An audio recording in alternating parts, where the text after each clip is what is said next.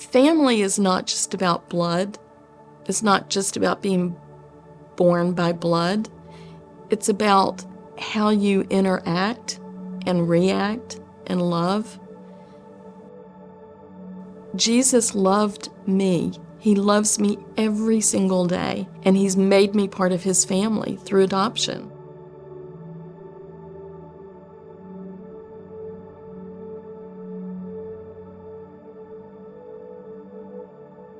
Years ago, a really good friend of mine when we lived in California was fostering newborns, and she didn't have enough hands, so she would call me and ask me to come and help.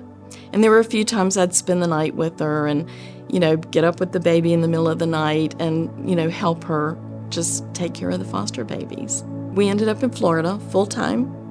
We saw the need here for foster care parents and decided this is it. God's been tugging on us for a long time, and we really needed to answer His call. For us, it was fostering newborns. My husband had atrial fib, so I could take the wildest, sickest baby and put it on his chest for a couple of minutes, and it just would calm that baby down, and within minutes the baby would be peacefully asleep. There were so many challenges. I'd love to say that foster care was joyful and happy and easy, but it wasn't. It brought a lot of chaos into our home. Most of the babies that we had were drug or alcohol addicted. We brought babies home and they didn't sleep. If I got 20 minutes at a time, that was a good night's rest. So there was a lot of chaos and a lot of unknown, but we still loved them. Without my faith, I know I never could have done it. It was a very difficult job. It was hard, weeks of going without sleep. I could never, ever have done that without knowing that God was with me every step of the way. Once we found out that there were many families in our Summit Church home that were willing to do the same thing that we were doing, we were able to take some of our newborns, our foster babies, and place them into the Summit families. Being able to, even only for a few months, have these babies in my home and love them and raise them and see that they were placed into another home that would also do this was joyful. It gave me peace. It gave me great peace.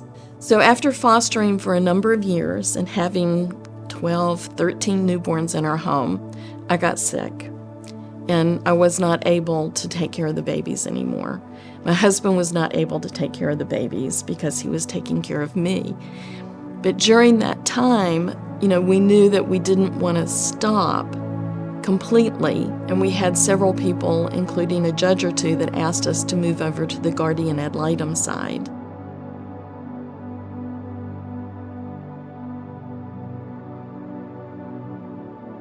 Many people do guardian ad litem as an individual, but we did it together. And it was such a wonderful process to be able to work with these vulnerable children and represent them as a couple. We felt like we still had a very important part in the foster care adoption process, and it was important to us to continue down that road.